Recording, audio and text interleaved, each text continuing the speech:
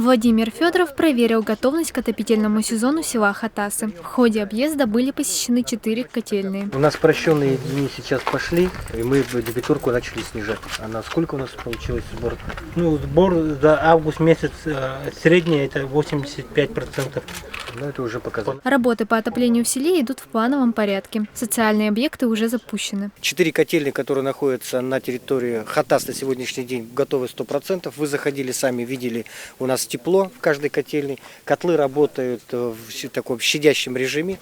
Хочу отметить то, что никаких замечаний в части того, чтобы подавать тепло, мы сегодня не видим. Ростехнадзор даст заключение по итогам проверки, на следующей неделе будет выездное, сделает нам предписание, мы их устраним. Также, по словам Владимира Федорова, муниципальные учреждения города Якутска уже отапливаются 2 сентября. Жилой фонд будет подключен 15 числа. Диана Кулманакова, Азамат Ягасов, Якутск ТВ.